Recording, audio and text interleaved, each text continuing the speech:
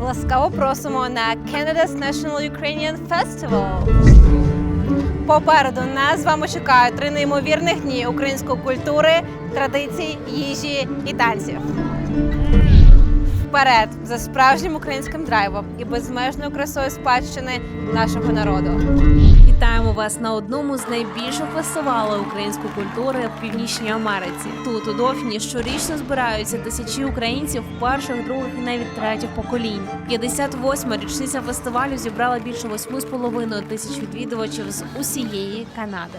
Починаємо нашу триденну подорож українською культурою з історичного місця села Україна. Це українське поселення було засновано в 1896 році групою українських іммігрантів. Переселенці були переважно із західних областей України, зокрема Галичини та Буковини. До Канади їх привабила обіцянка родючої землі та можливість побудувати краще майбутнє для себе та своїх родин. Very nice to meet you, Jim Perchalak. Pleasure to meet you. Tell us a little bit background. What's the significance of this place? What's the significance of Selo Ukraina? Well, Selo Ukraina was constructed to portray the lifestyle and pay tribute to the early Ukrainian pioneers who came to the Dauphin area.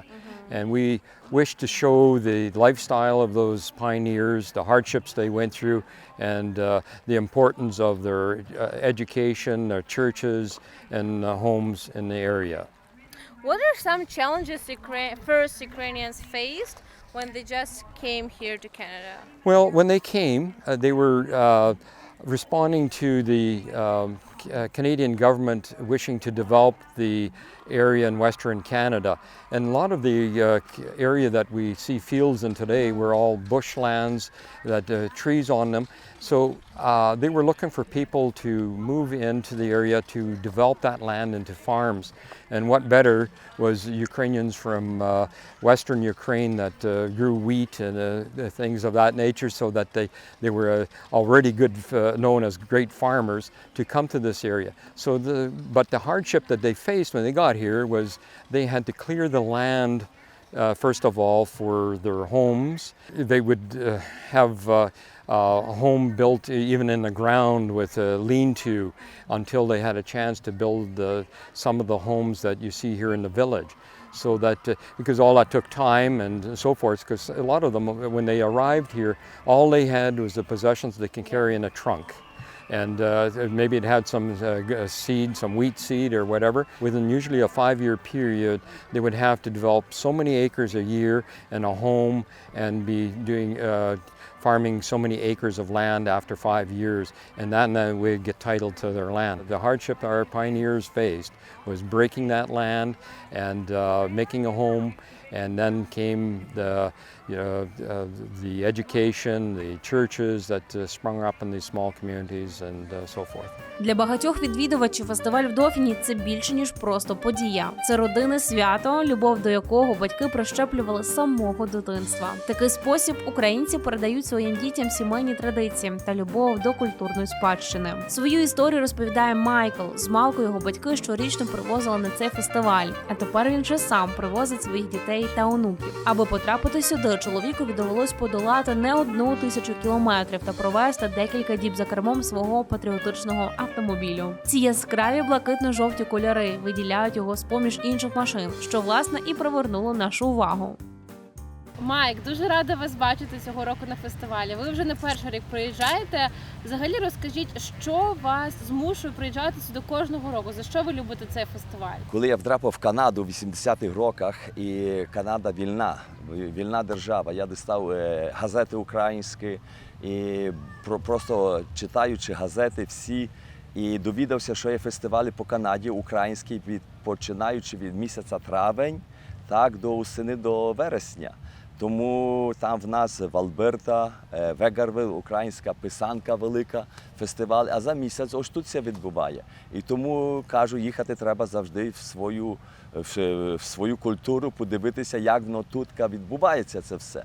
Ну то так, що мені тут вже забрало 20 більше років приїжджати, а там до нас на Вегару, на Писанка фестиваль вже більше 35 років їжджу. І щорік сам, друзі, родина і так знайомство. Ви вже понад 20 років приїжджаєте на цей фестиваль, ви берете спеціальну відпустку, ви їдете сюди декілька діб, аби добратися до місця.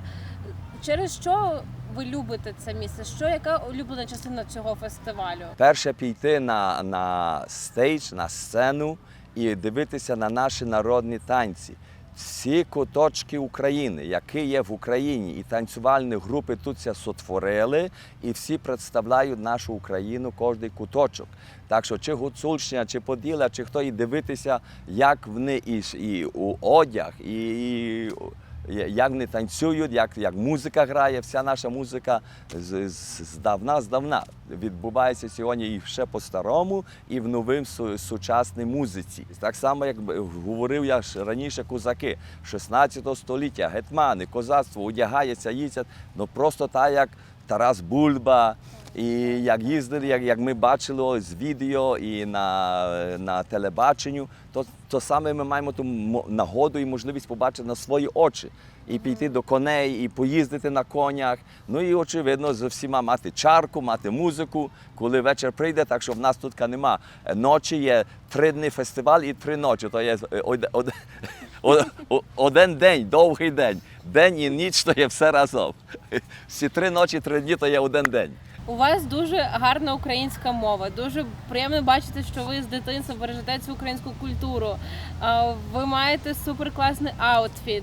Ви готуєтеся до цього фестивалю, напевно, не знаю, як довго у вас займається підготовка до фестивалю, коли ви починаєте у ці збори? Просто воно виходить саме від душі, що це є наше, та сідаймо, їдемо. Забрати горілку, забрати самогонку, забрати пиво, одяг, одяг синьо-жовте, наше небо і наша пшениця синьо-жовте. І наш кольор, і наш прапор, і то просто пакуватися вдома, окей, нам треба крісло, нам це.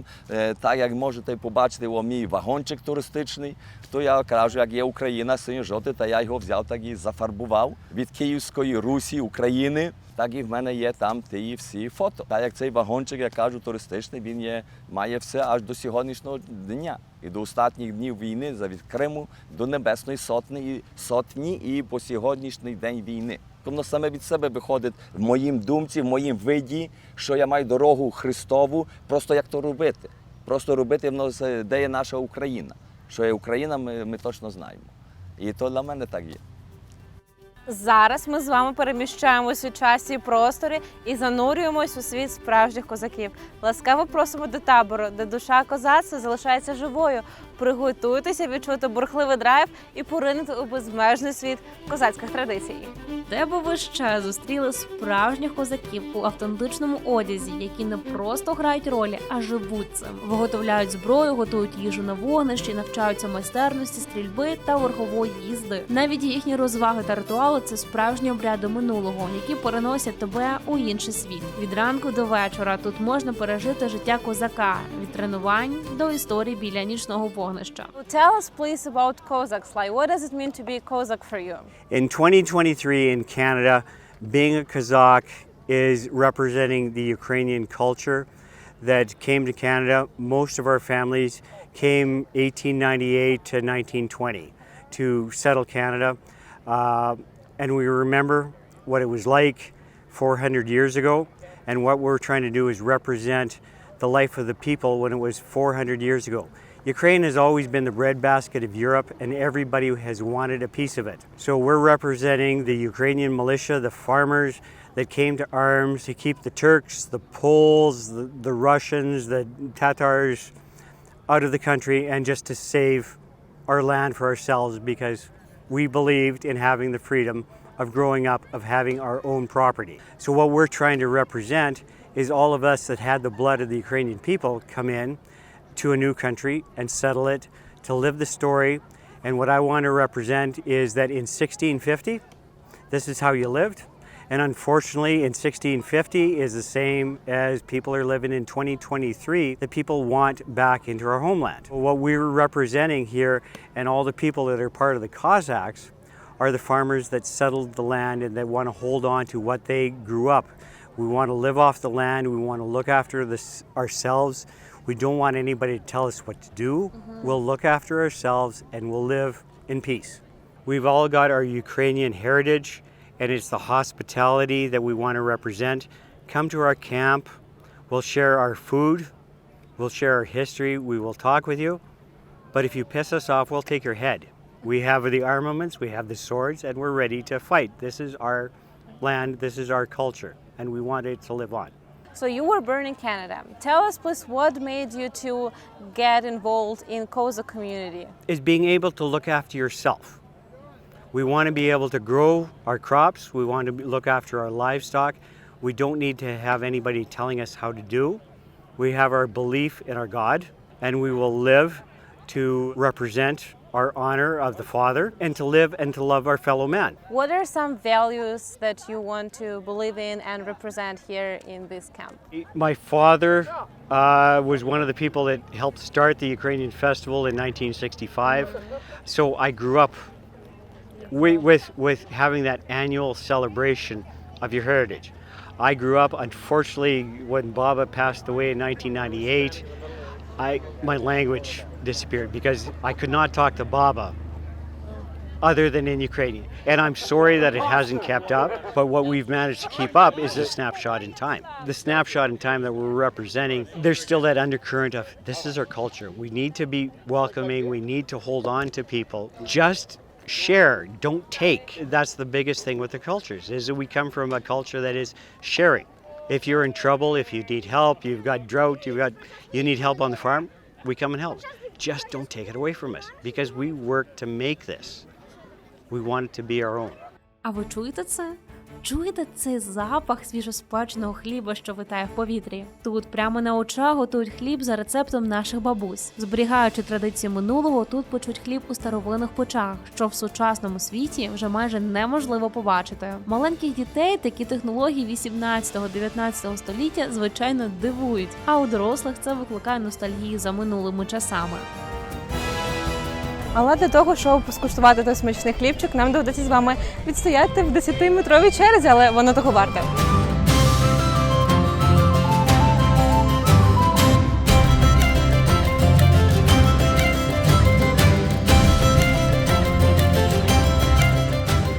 How many loaves of bread do you bake throughout the entire festival?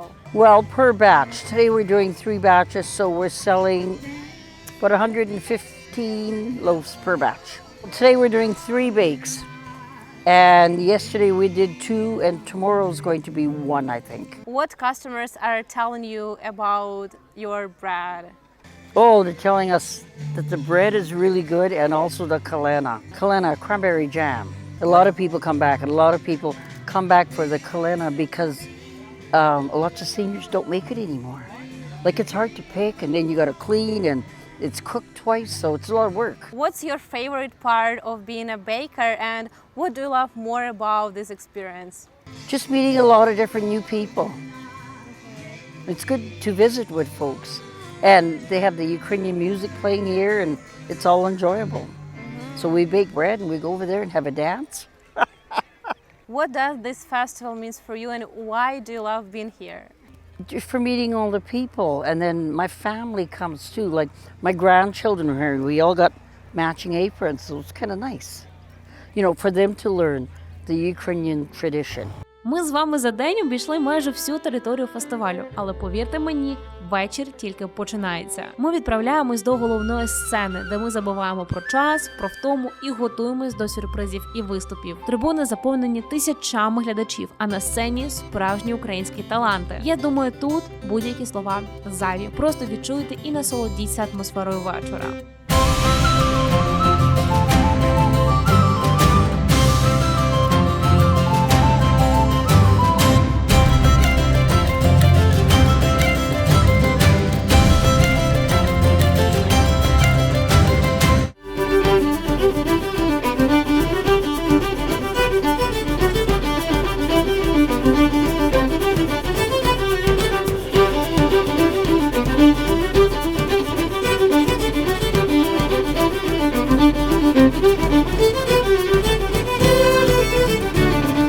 наполягаю на тому, бо не асоціювали українську культуру лише з борщем та варениками, тому що це дуже застарілий стереотип. Але як не крути, саме борщ є невід'ємною частиною української культури.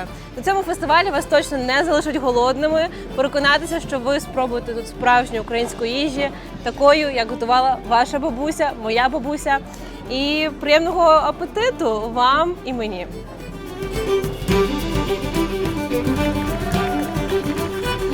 Український фестиваль – це саме той випадок, коли краса, традиції та сучасність зустрічаються в одному місці, надаючи нам можливість зануритись у найглибші аспекти культури цієї унікальної країни. Для організаторки фестивалю Кейли Гіллес ця подія стала невід'ємною частиною життя. Батьки з дитинства прививали їй любов до української культури, а тепер вона свою любов передає іншим. I think my expectations have been blown away already. The crowd that we had on Friday night last night was phenomenal. We are already out of wristbands for Saturday, which has never happened before. So we're moving on to a new color, and parking, we sold out of camping. So it's phenomenal. I couldn't be happier. The festival's always been dear to my heart. I've been coming here since, it's been 34 years already I've been coming here, so I'm very excited to be here and to show the people that I grew up with as well too, the culture and the heritage, all our newcomers, everybody that hasn't been to the festival. I want them to learn everything that I learned growing up, whether it be making pedishke, halapchi, everything. They need to learn everything, all the language, the culture, the vibrant dancing, everything. За 3 дні українського фестивалю ми відчули, як музика, танці, смаки та посмішки об'єднують нас у велику родину. Цей фестиваль став справжнім відображенням сучасної України. Країни, яка пишається своєю спадщиною, але завжди відкрита для нового. Цьогорічний фестиваль створив для кожного з нас незабутні спогади, які залишаться з нами на довгий час. Ну і ми повернемось наступного року за новими враженнями та емоціями. Юлія Коваленко, Микола Середяк, Ukrainian View, You Multicultural.